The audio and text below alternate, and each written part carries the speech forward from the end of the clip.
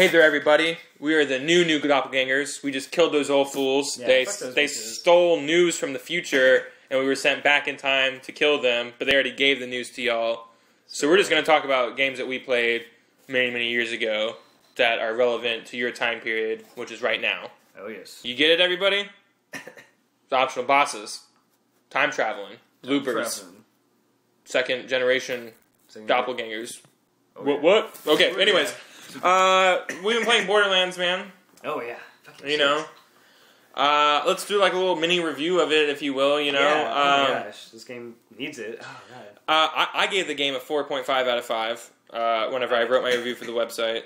And, you know, there's tons and tons and tons of great things about this game. A lot of little tiny graphical things here and there, which is why obviously it just can't be a 5. Yeah. And some gameplay mechanics that still weren't up to par. I actually just won. It was still the comparing of items. When you were trying to compare items, when you were in the shop, you couldn't compare to items like in your bag, you know. So if you're trying to sell stuff real quick, you have to keep on flashing back and forth between the shop menu and your menu. Oh, that sucks. Okay, and it's a little mundane. It's just whatever you've got equipped. That's right. Yeah. That's right. I forgot about that, Ivan. But it's a minor quibble and stuff like that. But it's something that could have. I'm kind of at a disadvantage there because I've been power leveling with you guys, so I haven't gone to the shop to trade out my weapons. I just have badass weapons already. So I was like, I don't have that problem. Why is that? Oh, because I have weapons anyway. I'm really enjoying it right now, man. I'm a little further than you are in the story. The story really kicks off halfway through it, but the writing consistently is good. I like the writing already. I like the writing and the performances. Hilarious. All the performances are funny and over the top and zany in all the right ways. I fucking love this game, man. I'm not a big fan of the first one.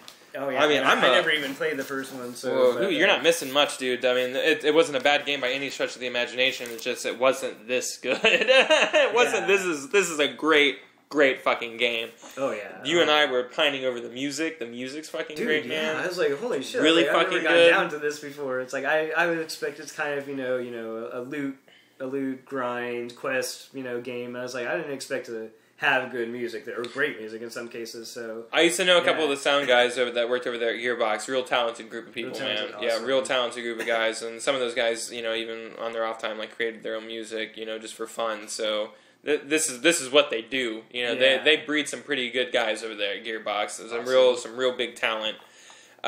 So yeah, couldn't be happier for those guys. Really excited to be playing this game right now. I'm not an online player. I don't like playing online mostly anything. And this game has me online every night. Mostly just playing with you schmucks. But, at least I'm playing with y'all. At least I'm online. Yeah. Like a nice, real, well-rounded team and everything. Yeah. We got a great little thing going on here. And, this is I was saying this in my review, man. This is one of those few times that, the industry feels like a community. You know what I mean? Yeah. Because, the three of us were out there getting it on midnight, and then there was a few other of us at a different GameStop getting it. We knew a lot of people that were getting it at midnight, which is not a common thing on a Monday night to do. You go up and get a video game and play all night and then go to work the next day. At least not for 25 and 26 and 27-year-olds, we're a little older now. We kind of got responsibilities, Even my coworker took off the Tuesday to play that. She played. That's already did. But I don't know. It felt like a community. And when I get on my Xbox now, that's what everyone's playing. And yeah, you can say that about Call of Duty and stuff like that too. But Call of Duty is just almost I don't know. It doesn't have the same kind of sense of community that this game has. Yeah, this really requires a lot of communication. We're not just sitting there fuck that bitch. Yelling at each other and stuff like that. We're where are you guys? Hey, I've got this weapon. Hey, come up here and get this. That. Or unless you're Romy and you just go on ahead and get everything. Well, Jesus. That guy, he complains constantly about needing more backpack space. I'm like, why? So you can steal more things out from underneath people? It's ridiculous. Man. But no, you're right. The community just really feels that, and I've got some friends that have been playing it, but I haven't really I haven't talked to them in a while. So I'm I don't know if I want to just join their game and be like, hey dude, what's up? I haven't talked to you in 6 months. How's it going? Well, you should, Abraham. That's why they're playing. No, you're playing video. It's just video games. You can act like you don't have a mic. No, that's true too. It's it's broken. Yeah, it's broken. But just keep on like waving at them to like realize that you know that they're talking to you. Be like, yeah, again. You guys can't wave in the games. I guess like that doesn't work. This isn't Journey, which oh, nice segue, Abraham. Wow, dude, that was a segue for. That was a professional one. Like, less professional now that I've pointed it out for so long, but like very, very nice. Journey. You just took your first journey, didn't you? Not too long ago. That was, oh my god, what a. I'm just gonna let you talk for a second, Abraham. It's freshest on your mind. Well, what a trip that was. That was just like very very simple, easy concept, but fun to play. Just like as far as gameplay goes, fun to play. When you get into like the whole story aspect of it, you're literally just like writing your own story, pretty much. Like it's so cinematic that like. And you don't really have a HUD. You don't have a heads-up display. There is none, yeah. You get little cues here and your there. Your scarf is your head-up display, and like little cues that you're talking about. But all the camera angles and everything are kind of picked for you. So, but even then, like you still like, visually, you're just writing this epic story going on like right here in front of you. I don't really know how to explain it. It's something you have to really play. But you're kind of, I mean, like the basics. This is what you're going on this journey or whatever. Yeah, like you can kind of fill in your own blanks, if you will, because like when you go up to like the walls that have the pictographs on there, like you know, I don't really know how to proceed that exactly, but like it's kind of like the moments that you've taken so far, or maybe the moments that are about to come to pass or whatever. And I actually got one that was, I guess, like a history like before, like whatever the we're assuming everybody is familiar with Journey by now, but the giant white things that are similar to you. Like, I got a little story that was like of what they were, what happened to them. You know, they kind of, I guess, passed on, died off, whatever, and like you're kind of the next generation of whatever they are. Kind of feeds into ancient civilization theory. Yeah, maybe a little bit of reincarnation, even. Right, you know, a lot. It goes through a lot of different motifs and themes of religious and mythologies and stuff like that, which I really like. Not really embracing just one, but encompassing a lot of different ones, not only visually, but in the way that those little tiny story moments were being taken place as well. Definitely. But no, it was really cool. It was not a slow start. It was just a solo start for me. But then I ran into a few people online and they kind of disappeared. I actually ran into more people than I knew about because I didn't realize what that white light was. I didn't realize that was like them. Like whenever they're on screen, like you get it on the side. Oh, yeah, for wherever they are. And in the end, it tells you, like, all the people you were with. Special guests, or thank you to. And I didn't realize, like, there were a whole bunch of them. Like, I remember 2 of them that I ran into, but there were actually, like, 2 or 3 more, like, intertwined with them somehow. But I finally ran into somebody who was really nice and stuck with me, like, the whole way there. And it was kind of cool, actually. They kind of let me lead, actually, because I was following them, and then they kind of, like, slowed down. And they were following me, even though they had like the full scarf and everything. They clearly knew what they were doing, but they let me lead. Which was really nice, and so that's cool. Yeah, and the form of communication is just a simple like chirping. Yeah, chirping. It's kind of like a note, like each whatever your language is. It's like a single note. So you have a note, and the other character has another note, and so you're just chirping back and forth. But it makes sense. You develop your own form of communication, absolutely, which is amazing you on know the what fly. The other person is saying, you just know exactly. What There's saying. A moment which I shared with you, like, my journey was from almost the very beginning. I had someone who obviously knew what he was doing and took me through the entire game and almost got me all the secrets. I think I missed a few at the beginning or whatever, but he was great. He was a great leader or whatever, and was like really nice and really patient and stuff like that. And we formed our own communication system, just like you were saying. And I remember there was a part at the end where, like, everything, not at the very, very, very end, but there was a certain part where I was just, like, chirping a lot, and everything was so cool, and I just felt like I was chirping so much, and every once in a while he would, like, be, like chirp once, and it just made me seem like a chatty Cathy, and he just kept on saying, like, I know, like, dude, I know, you know, like, even though there's no way I could know that's what he was saying, but, like, just the way that I was, because I was just spamming that button, like, because I was just so excited, like, look, everything's just so cool, everything's amazing, you know, the slide, everything was fun, we just slid, did you see that, you know, and, like, that's kind of what I'm trying to perceive through my chirping, and how he just kind of, this ain't my first rodeo, boy, it's kind of like how he talked to me, but it was a good little relationship that we had. And I don't know, can those giant, like, stone snake things, can those like hit multiple characters? Yeah. They can't? Okay. So I was right in thinking, like, I actually managed to save the other character because, like, they saw me, like, in the snow and in those, like, little just hideout things that you're in. Yeah. They saw me and I was like, oh shit. If I don't run, it's going to hit both of us, you know. So I ran, and so it hit me. Totally killed my scarf, and so it didn't see the other guy, so he came out and was like, you know, chirping at me, like, "Are you okay?" I'm like, "Yeah," or maybe thanking me too. So, yeah. But you knew what he was saying. Yeah. It was just clear, like, what he was telling me, you know. And there were parts where, like, both of us were like ecstatic. Like, I guess when we ran into each other, we were just like, yeah. When you see someone, you're like, "Hey, we're doing this thing." And especially at the very, very, very end, like, I was like, "Hey, we've reached the end, you know. This is a happy moment." So I'm spamming the button again. He is too, or she, or whoever. So really, really awesome, and just.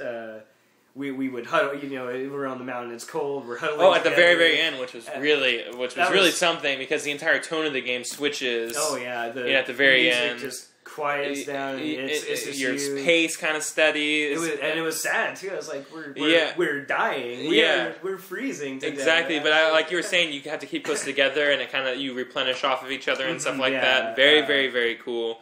And then, like, what happens is, I guess you get to the top of the mountain, and you transcend to the next life, or something along those lines. It's up to interpretations. I guess you can either think that your characters die and it's their spirits, whatever, progressing to another existence, or maybe they really just got superpowers and flew to the top. You know?